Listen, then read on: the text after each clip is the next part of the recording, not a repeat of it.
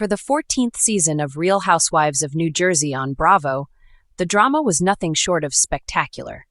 A confrontation between Jennifer Aydin and Danielle Cabral that involved physical contact has already been seen by viewers. When the girls were filming the final episode of the show a few months ago, it is said that something much more serious occurred while they were working on the show. As a consequence of this, none of them would consent to working together as a group to film the episode concerning the reunion, in which the problems are settled so that the show may continue on to the next season. In point of fact, Andy Cohen dropped hints that the show would undergo a significant reboot. On the other hand, Teresa Giudice, the original star of the program, is pleased with the way the season came to a close. A traditional reunion is not going to take place for the Real Housewives of New Jersey. After the girls declined to sit down for a genuine reunion, Bravo was forced to come up with an alternative way to conclude season 14. A decision was made to adopt a strategy similar to that of Vanderpump Rules season 11. At the conclusion of the season, the network revealed a surprising turn of events. Real-time viewing of the final 10 minutes of the season finale gave the shattered ensemble of VPR the opportunity to see it together. In most cases, the cast of reality television shows receives the final episodes in advance. In order to conclude season 14, Real Housewives of New York is doing something quite similar. However, instead of watching only 10 minutes of the season finale, the cast watched the entire season finale in real time while cameras caught their reactions. Because of the disagreements, the complete ensemble was not present in the same room at the same time. They instead subdivided into two distinct groups. The watch party was reportedly taped at the popular restaurant Rails Steakhouse in New Jersey, as reported by People magazine. Conveniently, that is also the location where the tense episode that concludes the season was recorded. During a recent luncheon that was organized by former Real Housewives of New York City star Jill Zarin, People magazine had the opportunity to meet Teresa Giudice and the castmates with whom she has a positive relationship, Jennifer Aydin and Dolores Catania. When the ladies got together at Zarin's gathering, they had previously watched the season finale of Real Housewives of New Jersey, as the RHONJ watch party took place the week before their reunion. During an interview with the publication, Giudice admitted that she was happy with the way the season finale was finished. The longtime star of Housewives has made a promise to fans that they will see the truth about her castmates and how they construct bogus plots. However, she has denied an accusation that she has made about herself. On Sunday, August 4th, the final episode of the 14th season of The Real Housewives of New Jersey will be broadcast, and the episode titled Reunion will be broadcast the following week. Who do you think will be revealed in the final episode of the season? Teresa Giudice, the iconic table-flipping, eye-rolling, unapologetically bold queen of the Real Housewives of New Jersey, is no stranger to drama, reinvention, and resilience. But as RHONJ Season 14 wrapped its final scenes and camera crews packed up their equipment, the OG housewife, now 51, newly centered and unshakably composed, did something fans didn't quite expect. She smiled, not a forced grin or one laced with sarcastic undertones, but a warm, genuinely peaceful smile. "I feel good about how this season ends," Teresa said in an exclusive sit-down with Bravo Confidential just hours after final filming wrapped. Like, really, really good. "For once, I'm not walking away with regrets or feeling like I need to fix something. It's not perfect, but it's real, and I'm proud of that." Her words weren't just surprising. They marked the first time in years that Teresa seemed both grounded and hopeful at the end of a Housewives season. But how exactly did we get here? The road to that hard-won peace was, in true Jersey fashion, filled with detours. Feuds, shifting alliances, rumors of divorce, financial betrayal, and one particularly brutal reunion last season that left fans wondering if RHONJ could even recover. And yet, Season 14 may just be Teresa's redemption arc. Here's everything that happened behind the scenes, in front of the cameras, and in Teresa Giudice's heart, leading up to the unexpected peace she now calls the best gift of her reality TV career. The fallout of Season 13. A family fractured? The last time we saw Teresa at a reunion taping, she was fiery, on edge, and barely holding back years of simmering resentment, especially toward her brother Joe Gorga and sister-in-law Melissa. Season 13 had seen the family's rift widen into an unbridgeable canyon. Allegations of sabotage, betrayal, and fake friendships flew back and forth like knives. Teresa had accused Melissa of planting damaging stories in the press. Melissa claimed Teresa had been secretly rooting for her marriage to fail. And the audience? Exhausted. By the time the credits rolled on the reunion's third installment, many fans were certain one, or all, of the Giudice Gorga triangle would be leaving the show. Rumors of a full cast shakeup were swirling, and even Andy Cohen looked drained. So when Bravo announced season 14 would still include all three of them, but with a fresh approach to filming and a greater focus on individual storylines, no one quite knew what to expect.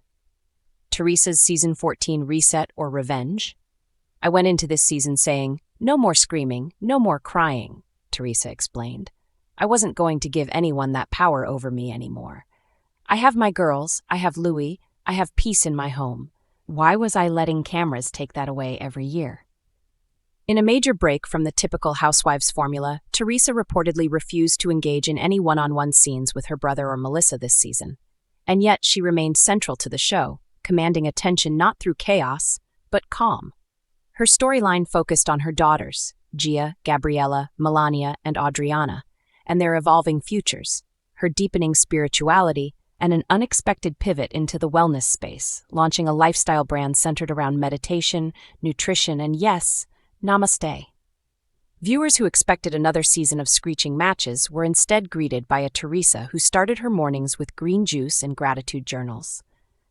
It sounds cheesy, I know, she laughed during our interview. But after everything I've been through, prison, the divorce, losing my parents, I just needed to find some quiet. And believe me, that's hard in Jersey. Still her rock, or a source of concern. Teresa's marriage to businessman Louis Ruelas remained a central thread of curiosity for fans. Season 13 had painted Louis as a divisive figure, protective yet aggressive, spiritual but also controlling, according to some co-stars. So how did season 14 portray him? He's more in the background now, one production insider revealed.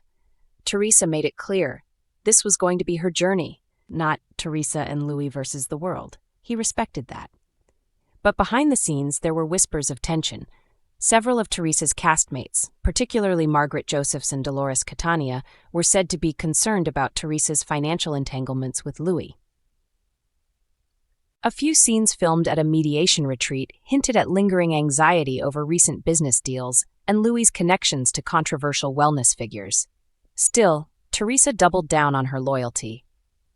Louis supports me in everything. He's not perfect, and neither am I, but we choose each other every day. He's my safe space. I don't care what anyone says. That commitment was put to the test midway through the season when an explosive blind item dropped on a major gossip site alleged that a beloved East Coast housewife's new husband was being sued for financial misconduct. Bravo cameras were rolling when Teresa confronted the allegation, and what could have spiraled into a PR disaster became, for many viewers, one of her most mature moments yet. "I'm not that girl anymore who panics and starts yelling," Teresa said. I asked him directly. We dealt with it. Together. That's marriage. The unexpected bond with Rachel Fuda. One of the season's most surprising turns was Teresa's evolving dynamic with Rachel Fuda, the fiery, no-nonsense mom who'd joined the show the previous year. The two had clashed early in season 13, with Rachel accusing Teresa of trying to ice her out and manipulating cast dynamics. But this year, they shared multiple scenes that were downright warm. "I think Rachel saw another side of me," Teresa admitted. "We bonded over being moms, over real stuff. She wasn't trying to start drama. She actually listened.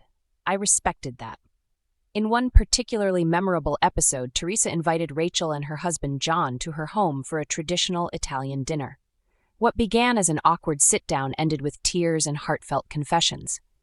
"I'm sorry I judged you so quickly," Rachel told her during the meal. "You've been through more than most of us could imagine." It was one of the first times in years that a new cast member had gotten through Teresa's emotional armor, and fans loved it.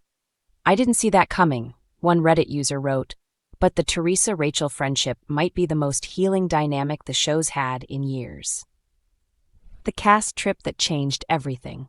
Every RHONJ season has its infamous cast trip, and this year's destination was a luxurious countryside estate in Napa Valley, California. Far from the Jersey suburbs, the wives were surrounded by vineyards, spa treatments, and enough Chardonnay to loosen even the most guarded of hearts. And it was in Napa that the season's defining moment occurred. Producers had tried to stage a final on-camera confrontation between Teresa and Melissa in a controlled, therapy-style format facilitated by a professional mediator hired by Bravo. Shockingly, Teresa agreed. It wasn't about drama, she said. It was about closure. What happened in that session hasn't fully leaked, but sources say it was raw, emotional, and at times deeply uncomfortable.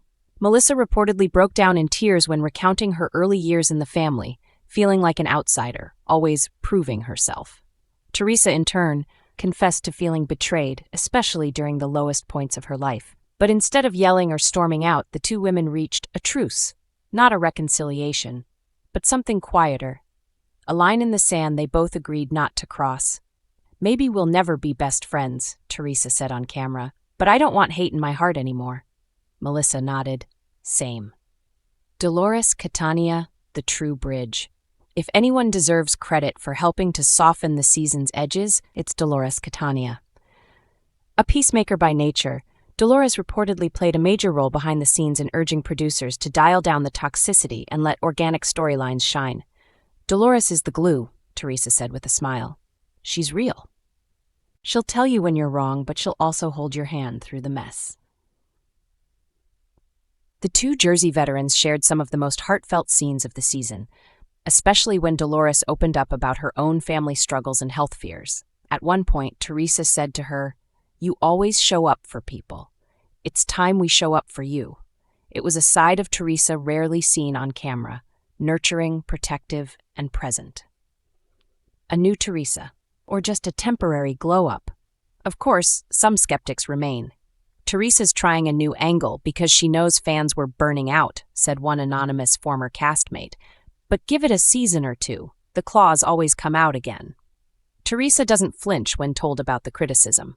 "Let them talk," she shrugs. "I'm not doing this for them. I'm doing this for me. I can't control anyone else's energy. I can only control mine." She's also quick to point out that growth doesn't mean perfection.